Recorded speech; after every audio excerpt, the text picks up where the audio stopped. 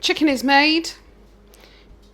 I'm using the last half of my ampersand buttermilk. I'm now marinating some chicken because I'm going to do, I want comfort tonight. I'm going to do fried chicken.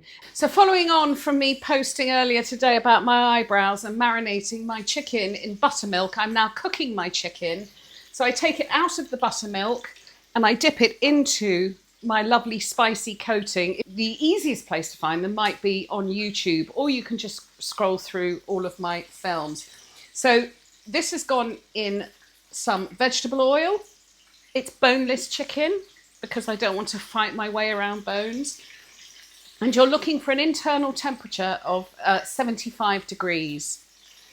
If you do go and look at the recipe, I usually make 2 or 3 times the quantity of the coating, and then I keep that in a bag so that whenever I have an urge for fried chicken, I've got plenty of coating available. I use one of these to just check the internal temperature, and that's it's still got a while to go. The chicken that has been cooked, because I'm cooking it in batches, I'm putting on a rack in a tray just to leave it to drain.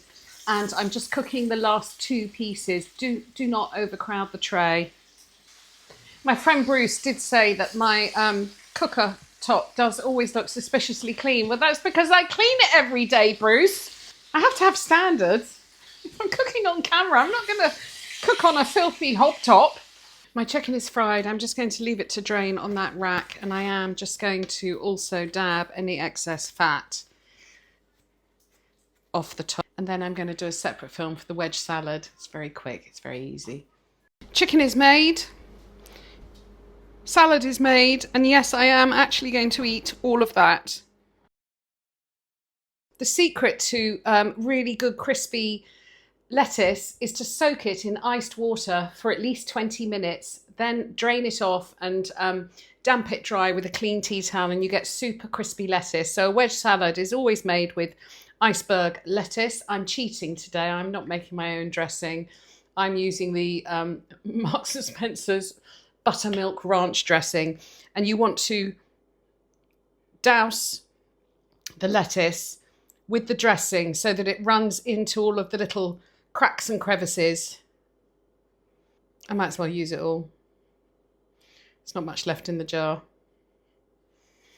Okay, then I've got some spring onion that I'm going to sprinkle over each piece of lettuce, and some tomato. If I had blue cheese, because that is very much a wedge salad, but I don't have blue cheese, I would crumble some blue cheese over it, but I guess that's a taste thing. Some people don't like blue cheese, but you could either make a blue cheese dressing or crumble over blue cheese. I'm doing none of that. Lastly, I've got some bacon that I cooked to sort of the crunchy stage, and I'm going to nestle that in. Yum. So you want nice crumbly, crisp bacon. And that is a wedge salad.